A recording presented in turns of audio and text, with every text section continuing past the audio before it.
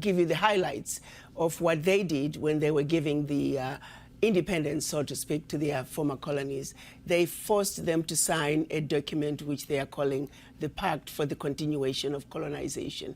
You have to understand, on one hand, they are saying we're giving you independence, which turned out to be mostly political independence, but that you also have to sign this document, which is titled the Pact for the Continuation of Colonization. So you're going to be independent, but you have to agree to continue to be colonized. So two countries said absolutely not. We are not going to sign those that document. Those two countries? Mali and Guinea. Okay. And what the French did, they went into those two countries, took everything that they thought they had brought to those two economies, poured concrete into the sewage pipes, and completely devastating the two economies. This was done as a way of letting the other countries know that if you do not sign this document, this is the fate that awaits you. How has that negatively impacted those African countries? It has impacted them terribly, terribly, terribly. If you look at it, you give up your, the Pact for the Continuation of Colonization said those countries were expected to deposit 85% of their bank reserves back then with the French Central Bank under the control of the French Minister of Finance.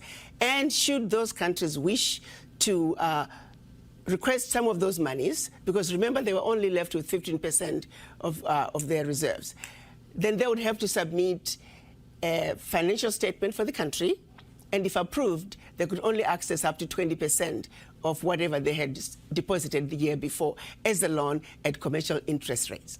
The only difference now is the 85% deposits have now been lowered down to maybe between 50 and 60%. But the countries are still forced and required to deposit their bank reserves with the French Central Bank. So picture this situation. You are depositing all your monies with France. Should you need some of your money, you get it as a loan at commercial interest rates. So immediately, you have a credit with France, but you begin to owe France. This has been going on and continues to this day. So combined, the 14 countries are giving to France cash, cold hard cash, over $500 billion every year. And France takes that money and invests it in its own stock market under the French name, and the countries may or may not know the returns. Currently, for every 14 billion that France takes out of Africa, by the time they finish investing it in the French stock market, they are realizing upwards of 300 billion. So you do the math to see how much money France is taking out of Africa every year.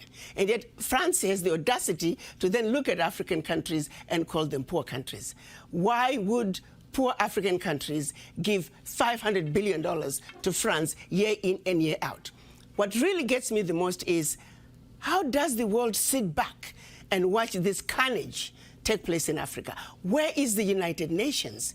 This is the body that's supposed to be looking out for any violations of human rights. It is my humble opinion that singularly, what France is doing to Africa is the biggest violation of human rights.